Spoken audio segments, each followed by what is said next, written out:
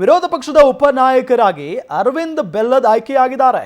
ಕೋಟಾ ಶ್ರೀನಿವಾಸ್ ಪೂಜಾರಿಗೆ ಮೇಲ್ಮನೆ ವಿಪಕ್ಷ ನಾಯಕನ ಸ್ಥಾನ ಸಿಕ್ಕಿದೆ. ಮತ್ತೆ ವಿರೋಧ ಪಕ್ಷದ ಉಪನಾಯಕ ಯಾರಾಗ್ತಾರೆ ಅನ್ನೋ ಒಂದು ಕುತೂಹಲ ಸಹಜವಾಗಿತ್ತು. ಫೈನಲಿ ಅರವಿಂದ್ ಬೆಲ್ಲದ್ ಅವರು ಆಯ್ಕೆಯಾಗಿದ್ದಾರೆ. ಕೋಟಾ ಶ್ರೀನಿವಾಸ್ ಪೂಜಾರಿ ಅವರು ಮೇಲ್ಮನೆಯ ವಿಪಕ್ಷ ನಾಯಕರಾಗಿದ್ದಾರೆ. ಇನ್ನು ಸುನಿಲ್ ವಲ್ಯಾಪುರಿಗೆ ಪರಿಷತ್ ಉಪನಾಯಕನ ಸ್ಥಾನ ಸಿಕ್ಕಿದೆ. ಪರಿಷತ್ ಮುಖ್ಯ ಸಚೇತಕರಾಗಿ ಎನ್ ರವಿಕುಮಾರ್ ಆಯ್ಕೆಯಾಗಿದ್ದಾರೆ. ದೊಡ್ಡನಗೌಡ ಪಾಟೀಲ್ ವಿಧಾನಸಭೆ ಮುಖ್ಯ ಸಚೇತಕರಾಗಿ ಆಯ್ಕೆಯಾಗಿದ್ದಾರೆ, ನೇಮಕ ಆಗಿದ್ದಾರೆ.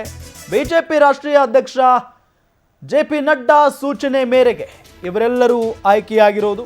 ಸಹಜವಾಗಿ ಇತ್ತೀಚಿನ ದಿನಗಳಲ್ಲಿ ನಾವು ಬಿಜೆಪಿಯ ವಲಯದ ವಿಚಾರಕ್ಕೆ ಸಂಬಂಧಪಟ್ಟಂತೆ ಗಮನಿಸೋದಾದ್ರೆ, ಯಡಿಯೂರಪ್ಪ ಅವರ ವಿರುದ್ಧವಾಗಿ ಬಸನಗೌಡ ಪಾಟೀಲ್ ಯತ್ನಾಳ್ ಅವರು ತೊಡೆ ತಟ್ಟಿ ನಿಂತಿದ್ದಾರೆ. ಅವರ ಪುತ್ರನ ವಿರುದ್ಧವಾಗಿ ಮಾತನಾಡ್ತಾನೆ ಬರ್ತಾ ಇದ್ದಾರೆ. ವಿಪಕ್ಷ ನಾಯಕ ಆರ್ ಅಶೋಕ್ ಅವರ ವಿರುದ್ಧ ಮಾತನಾಡ್ತಾ ಇದ್ದಾರೆ. ಬಸನಗೌಡ ಪಾಟೀಲ್ ಯತ್ನಾಳ್ ಅವರ ಜೊತೆಗೆ ಇದ್ದಂತ ಬೆಲ್ಲದವರನ್ನ ವಿಪಕ್ಷ ಉಪನಾಯಕನನ್ನಾಗಿ ಮಾಡಲಾಗಿದೆ. ಸಹಜವಾಗಿ ಇದು ಬಸನಗೌಡ ಪಾಟೀಲ್ ಯತ್ನಾಳ್ ಅವರನ್ನ ಕಟ್ಟಿ ಹಾಕುವ ಪ್ರಯತ್ನನ ಅನ್ನೋ ಒಂದು ಪ್ರಶ್ನೆ ಅಂತೂ ಮೂಡುತ್ತೆ. ಕೊನೆಗೂ ಅರವಿಂದ್ ಬೆಲ್ಲದ್ ಸಮಾಧಾನ ಪಡಿಸಿದೆ ಈಗ ಹೈಕಮಾಂಡ್ ಈ ಮುಖೇನ. ರಾಜ್ಯಾಧ್ಯಕ್ಷ ಸ್ಥಾನ ಕೈ ತಪ್ಪಿದ್ದಕ್ಕೆ ಬೆಲ್ಲದ್ ಅಸಮಾಧಾನಗೊಂಡಿದ್ರು. ಶಾಸಕ ಯತ್ನಾಳ್ ಜೊತೆ ಸೇರಿ ರೆಬೆಲ್ ಆಗಿದ್ರು ಅರವಿಂದ್ ಬೆಲ್ಲದ್. ಕೊನೆಗೂ ಒಂಟಿ ಸಲಗವಾಗಿಯೇ ಉಳಿದ್ರ ಬಸನಗೌಡ ಪಾಟೀಲ್ ಯತ್ನಾಳ್. ನಾನು ಹೀರೋ ಅಲ್ಲ, ಯಾವತ್ತೂ ವಿಲನ್ ಆಗಿಯೇ ಇರ್ತೀನಿ ಅಂತ ಹೇಳಿ ನಿನ್ನೆ ತಾನೇ ಮಾತನಾಡಿದ್ರು. ಬೆಲ್ಲದ್ಗೆ ವಿಪಕ್ಷ ಉಪನಾಯಕನ ಸ್ಥಾನ ನೀಡಿ ಯತ್ನಾಳ್ಗೆ ಏನು ಇಲ್ಲಿ ಯಡಿಯೂರಪ್ಪನವರು ಅವರ ಪುತ್ರ ಟಕ್ಕರ್ ಕೊಟ್ಬಿಟ್ರ ಅನ್ನೋ ಒಂದು ಪ್ರಶ್ನೆಯೂ ಕೂಡ ಸಹಜವಾಗಿ ಮೂಡ್ತಾ ಇದೆ. ನೋಡಿ, ರಾಜ್ಯಾಧ್ಯಕ್ಷ ಹುದ್ದೆಯ ಮೇಲೆ ಬೆಲ್ಲದವರು ಕಣ್ಣಿಟ್ಟಿದ್ರು, ಆದರೆ ಅವರಿಗೆ ನಿರಾಸೆ ಆಗಿಬಿಟ್ಟಿತ್ತು. ಆ ದಿನದಿಂದಲೂ ಕೂಡ ಬಸನಗೌಡ ಪಾಟೀಲ್ ಯತ್ನಾಳ್ ಅವರ ಜೊತೆಗೆ ಸೇರಿ ಅವರು ಕೂಡ ರೆಬೆಲ್ ಆಗಿಬಿಟ್ಟಿದ್ರು.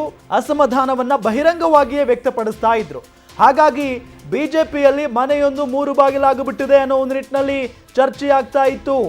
ಬಹಳ ಪ್ರಮುಖವಾಗಿ ಸ್ವಪಕ್ಷದ ನಾಯಕರೇ ಬಿಜೆಪಿಯ ರಾಜ್ಯಾಧ್ಯಕ್ಷ ವಿಪಕ್ಷ ನಾಯಕ ಆರ್ ಅಶೋಕ್ ಅವರ ವಿರುದ್ಧ ಬಹಿರಂಗವಾಗಿ ಹರಿಹಾಯ್ತಾ ಇದ್ದದನ್ನ ನೋಡಿ ಸಹಜವಾಗಿ ಅವರ ಪಕ್ಷದ ಕಾರ್ಯಕರ್ತರಿಗೆ ಏನಪ್ಪಾ ಇದು, ನಮ್ಮ ನಾಯಕರೇ ಬಡದಾಡ್ಕೊಳ್ತಾ ಇದ್ದಾರಲ್ಲ, ಹೇಗೆ ಪಕ್ಷ ಸಂಘಟನೆ ಮಾಡೋದು ಅನ್ನೋ ಒಂದು ನಿಟ್ಟಿನಲ್ಲಿ ಯೋಚನೆಯಲ್ಲಿದ್ರು.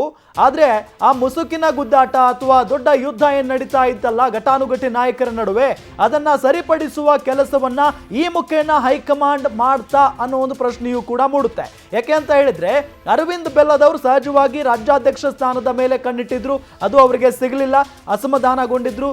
ಈ ಮುಖೇನ ಅವರನ್ನೂ ಕೂಡ ಸಮಾಧಾನ ಪಡಿಸಿದ್ದಾರೆ.